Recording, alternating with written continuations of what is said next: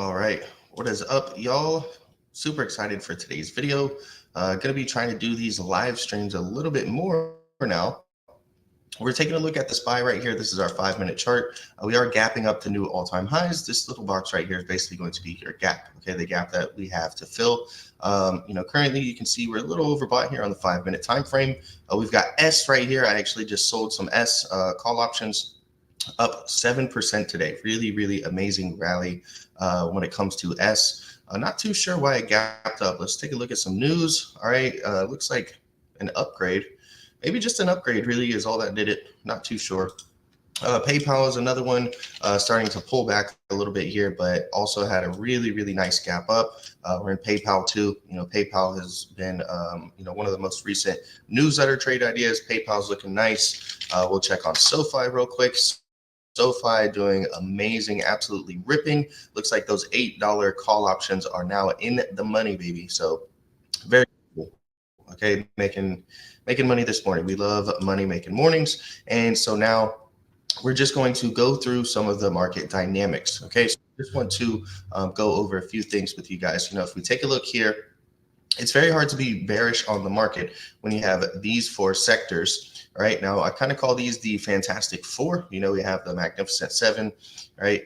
We've got SMH. This is your semiconductors. If all of these are above their 2021 highs, then it's going to be very tough to be bearish in the market, right? We can see semiconductors above their 2021 highs. We see home builders above their 2021 highs. We see broker dealers above their 2021 highs, and we see XLI, the industrials, above their 2021 highs.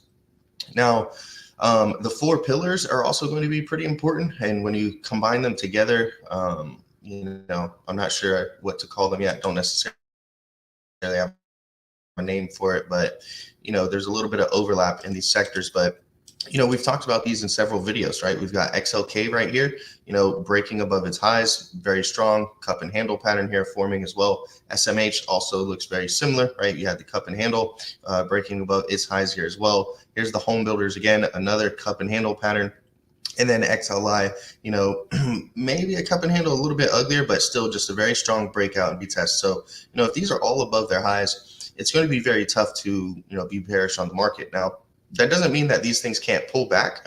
Be a significant drop back to retest some of those previous highs. And yeah, the market may follow and may drop. But ultimately, if these are above their 2021 highs, you're going to be a little bit more bullish on the market. Now, if this was to turn into look above and fails on all these, right? And so we come back down to these range and we break back below those 2021 highs, then that's when things could get a little bearish in the market. Let's take a look at some other things real quick, just to give a little bit of some context into the market. And if we were to take a look at the percentage of stocks trading above their 50-day moving average and their 200-day moving average, right here is the 200-day moving average. We can see that this is above 50, above 0.5 means over 50% of stocks are trading above their 200-day moving average. That's what you need for the to go bullish, is for over 50% to be trading above their 200-day moving average. We can see on the percentage of stocks trading above their 50-day simple moving average that it got very frothy, right? Once it gets up to these levels where 87 to 89% of stocks are trading above their 50-day simple moving average, you typically start to see a little bit of a sell-off, right? And, we can see that kind of happened in the market. We sold off a little bit, went sideways. And now this has got room to go, right? It's still bullish because it's above 50%. And it pulled back here, but now we're starting to see that it's got room and it can still continue to go higher. So we'll see if that affects the market. We'll check on SPY real quick, and you can see SPY still holding, its highs pretty well. We'll see where this opening range is going to open up here. And those will present some good day trading opportunities. Check back on PayPal real quick. PayPal's pulling back a little bit. You can see, it's trying to establish its opening range right here. It's a pretty big opening range too, a $2.2 opening range basically on PayPal so far. And, the stock isn't even $100. So, this has some really good day trading opportunities presenting itself. We'll see what comes with SPY once we get our opening range established. But let's take a look at some more market breadth and break down kind of what's going on in the market. Now, This next chart that we're looking at, this is going to be high beta stocks versus low volatility stocks. You have consumer discretionary versus staples, and then you've got credit spreads. So, looking at these three things is a really good way to see whether or not a market is risk on. You can see that the market did go risk off here when we had high beta underperforming low volatility, and we had discretionary versus staples pulling back, and we also had a pullback in our credit spreads measurement. But recently here, over the past 2 weeks, we've really seen a strong uptick in those. And that's a good sign that the market is going risk on. Right, we can break down these things a little bit more. If we take a look at the skew really quick, what's the skew telling us? Well, the skew is coming up to levels where, we do need to be a little bit cautious. If we were to zoom out on this, and basically these three levels right here, once we start to get in these zones, that's typically when we start to see a little bit of a pullback potentially forming, potentially happening in the market. You can see we came up, very close to 154 on the skew here, and then that kind of started the summer sell-off that we had last year, right? That lasted until about October, and so you just want to be careful, overly aggressive, going long right now. We can continue to rally, and this can continue to sustain going higher shorter term. But, we're starting to get into that territory where we would be expecting a pullback, over the coming weeks or month, right? If we take a look at some more things, let's check out our seasonality real quick, okay? Take a look at seasonality, and here is our seasonality projection for the year, right, in purple, and we can see how the SPY is starting off, right? So the market's starting off very strong here, and we start to see a little bit of a pullback typically heading into February, right? This period right here is February, and then we typically get a little bit of a bottom in March. Now, this is just seasonality. It's not something to live or die by, but, this also kind of aligns a little bit with what we just saw in the skew, right? So we're seeing from some aspects that, hey, the market is bullish. It's showing its risk on. We're seeing the skew is setting up for potential pullbacks. We see seasonality is also setting up for potential pullbacks in a couple more weeks. And so now we can have a little bit of context into the market, moving forward. Let's look at some more things here real quick. And I do have a risk off ETF. We'll take a look at those really quick, and you guys can see, the risk on ETF is absolutely booming, making new highs. Meanwhile, the risk off ETF is starting a downtrend here, trying to potentially even break through support. We'll see how that goes. But again, we're seeing clear signs that the market is risk on. Now, in this risk on ETF, we've got copper, high yield bonds, the Aussie dollar, semiconductors, and high beta stocks. And then in the risk off ETF, we've got gold, US Treasury bonds, the yen, utilities, and staples. Okay. And so we're seeing risk on assets outperforming risk off assets, again, indicating that the market is definitely more risk on, and shouldn't be too much of a surprise after hitting all-time highs. Now, here we are. SPY is establishing its opening range here.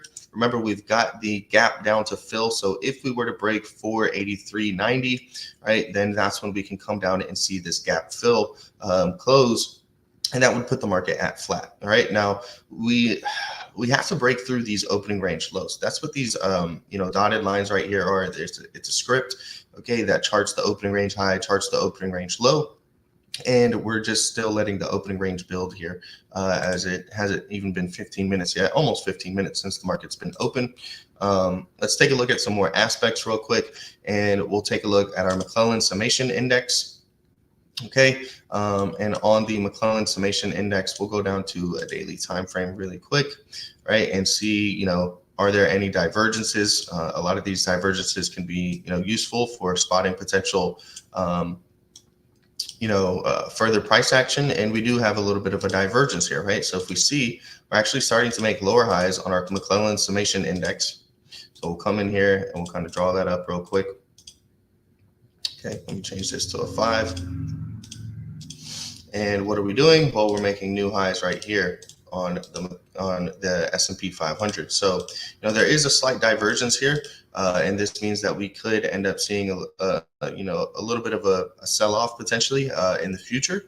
It's more of a leading indicator rather than something that's going to say, right now we're about to sell off. And again, when we're looking at some of these internal metrics, we're seeing a lot of the same signs, right? We're seeing that, hey, things are clearly bullish right now, and it's no surprise making new all-time highs. But we are seeing some indicators, saying and setting up for a potential pullback over the coming weeks, right? If we were to take a look at just the regular McClellan oscillator real quick, or this is actually both of them right here, and we'll go back down to a daily time frame again, just so we can see.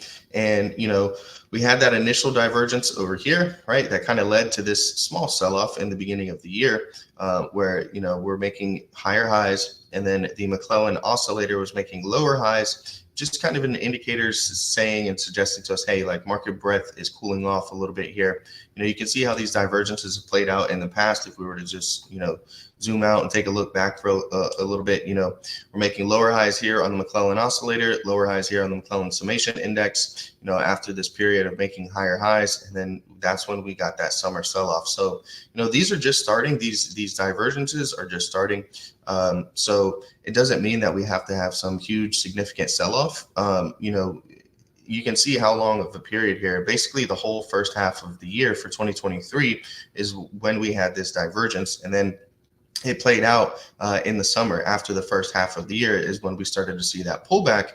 And a really good bottoming signal for October potentially was the fact that we had a bullish divergence in this case, where we were making lower lows, but the McClellan oscillator here was making higher lows. That was a pretty good signal right there. So, that's why I tend to look at these things. It's just try to, find some clues into the market, right? And what's going on in the market. When you look at global markets, they have been, really bullish, right? And we've just seen global markets performing really, really well here. This chart looks like a lot, but at the end of the day, what we're looking at is just simply, everything's been bullish. Okay, if we were to zoom in a little bit here and go over the past year, we can see across the entire world, things have been making gains, right? And things have been looking pretty good. Now, Singapore hasn't been performing the best, right? There's no surprise. Not a huge shock there, but when you take a look at most of these, they're lower left, upper right in terms of the trend in movement and direction. So the whole world really has been making new highs and good prices. We can take a look at some more credit spreads real quick. Credit spreads are a really, really good indicator into the market. And so here we have, no divergences at the moment, right? So we're seeing our credit spreads making higher highs. We're seeing the market make higher highs. Typically, whenever you see divergences between those, this can be a really good indicator, right? And so whenever you see these credit spread ratios rising, that just indicates that the market is more risk on, right? And that's not risk off. So it's a little bit of a warning sign whenever you see, the market rallying, but you're seeing credit spreads go down, right? And you're seeing the market go risk off in the bond market. That's definitely not something you necessarily want to see. We can take a look at new highs versus lows, right? So 52-week highs versus 52-week lows. You can see we are above zero here, and it's inching a little bit higher, right? So we do have stocks making new highs. It's not as much as it was in December, but it's something that kind of backs up and reinforces, just the SPX really rallying so much. We'll take a look at the yield curves real quick, see what the yield curves are doing. I did just drop a really good video on the yield curve, breaking down, what it is that you want to look for and pay attention to when it comes to the yield curve. And I explained the current relationship that we have with the yield curve. So as we see the inverted yield curve go back down and get more inverted, we've been seeing the market rally. And the reason being is because, in my opinion, once we get that uninversion, once we get back above zero, that's when we see the Fed cut rates, which is this purple line. So we see the purple line start to go down after the yield curve gets back above zero. It steepens and gets out of inversion. That's when we see, the Fed start to cut rates. And that's also when we see the stock market start to drop, right? That's back in the early 2000s. We have the later 2000s here. Again, when the yield curve gets above zero, this yellow line, we see the Fed starts to cut rates very shortly afterwards. Remember, if this purple line is going up, this means that the Fed is doing rate hikes. If it's flat, this means that it's a pause. And when it goes down, this means rate cuts. And you can see they start cutting rates after the yield curve gets uninverted, and then shortly afterwards the market goes on a big sell-off. So if people are looking at that and saying, hey, when the yield curve gets uninverted, it's possible that we might start to see a sell-off, and you take a look at what we're doing now, it doesn't, it makes a lot of sense that as the yield curve is going back down, we're starting to see equities and markets, stock markets, push up higher here. So that kind of just breaking down that relationship real quick there for you guys. If we want to take a look at what's some other things we can take a look at here. Now, this is our EPR model right here. So EPR stands for Employment Population Ratio. And, basically what you're looking for is for this green line here to go yellow or to red. Okay, those are going to be basically when we could be approaching a recession, right? Yellow signifies, approaching a recession, and then red would mean, we're in a recession. And something that I really like about this is that even though we had this bear market last year, right? And, we did have a bear market, or in 2022 rather, but the EPR model stayed green. And the reason that I like this model is because of that, right? And it's not so much of a bear market predictor, but more of a recession predictor. And so if you would have seen this, during that time, you would have felt a little bit more confident about buying the dip around these lows, because you're saying, hey, even though we're in a bear market, it doesn't seem like we're getting a recession. Now, when it comes to flows, it looks like materials and utilities and energy are kind of leading the way right now at the current moment with flows. We can see PayPal still trading around its opening range low right here. We see the SPY is actually trying to crack its opening range highs right here at the moment. So, typically what you could do is you could look for a break, retest of the opening range high, and then put a stop loss shortly below the opening range high, which is going to be 484.9, and then look to play some longs. Or, you could short up here. You could short the opening range high with a stop just above, targeting either VWAP or targeting the opening range low, as oftentimes you'll see price consolidate and move in between the opening range until we get a clearer sense of direction, whether it's going to be to the upside or to the downside. Let's check on a couple other of our stocks right here. So S is still holding up pretty well. S also has a pretty large opening range of about $1.50, $1.5 spread or point spread on S right here, after its really big gap up over 7%. So we'll see, if it can continue to push higher. If we were to zoom out to like a daily time frame really quick on this, this was the gap that I was playing for, right? I mean, we were looking for this gap right here to come and fill in this blue area, and sure enough, we did. So now, need to be a little bit cautious because there's a big gap down to fill, and that can happen at any moment, especially when you gap up into overhead supply. We'll really need to break out past 28 essentially on S, to see continued momentum higher. Otherwise, this just seems like, a very, very textbook gap fill right here. So that play was very nice. It was good to see that. All right, I actually just posted about 20 setups in the Discord. There's some really amazing setups right now in the market, all over the place. PayPal doing a really good job. It bounced off the 66.41. I want to see if this can maintain, right? This was a pretty important level for me. We have 3 white soldiers right here indicated by these candlesticks. 1, 2, 3 white soldiers. That is a bullish chart pattern, bullish candlestick pattern, and you can see we gapped up pretty high today, and now we're holding above that 66.41. Below 66.41, then we could see a little bit more of a sustained pullback. So liking what I'm seeing so far. Let's take a look at IBM real quick. IBM has earnings very soon. All right, IBM, look how bullish this is. Wow, right?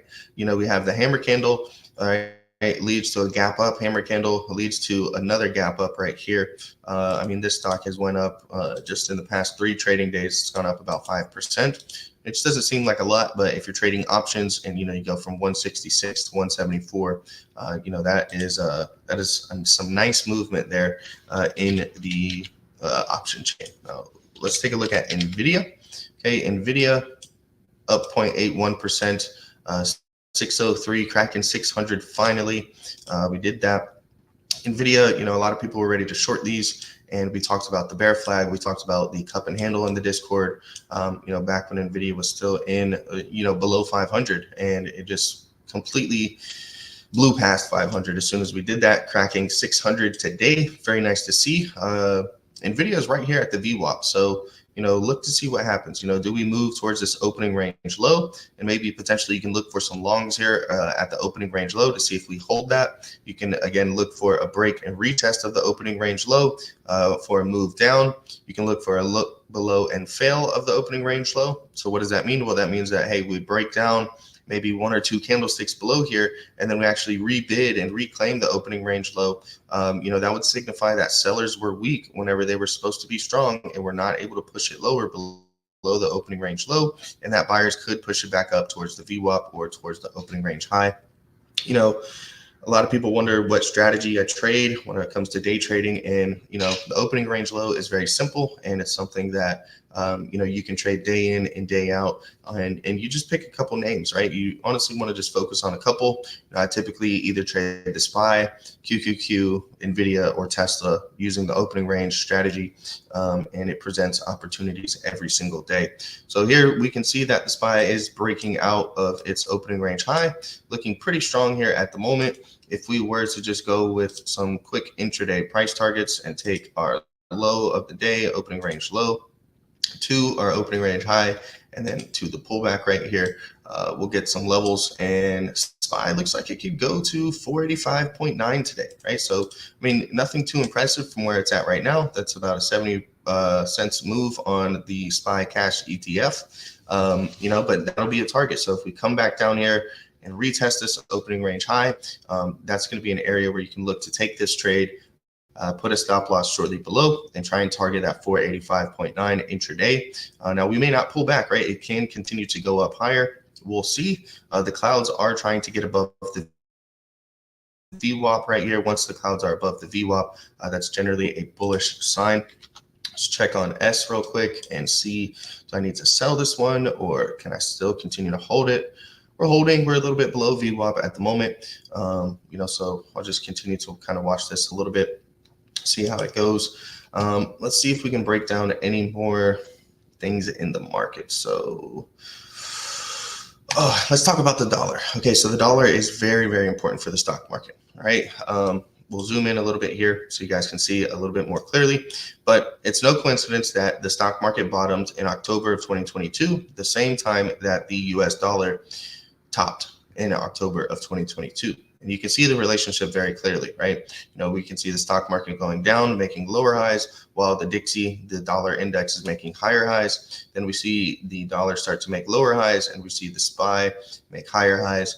And, what we're seeing right now is a little bit of a slight divergence. Okay, so if we take a look, the gray dashed line is basically the beginning of the new year, and look what happened. Both of these are making higher highs at the moment. So one of these needs to roll over, right? It's either going to be the S&P 500 or it's going to be the Dixie. Now, it doesn't have to happen very soon, but when we spoke about some of the other metrics saying that, hey, we could potentially see a little bit of a pullback, or we're seeing warning signs, early signs of a potential drop in the stock market, when we talked about the skew, when we talked about the divergences on the McClellans and things like that, we're also seeing a little bit of a divergence here with the Dixie and the SPX, where, since the year had started, both of them have made new highs.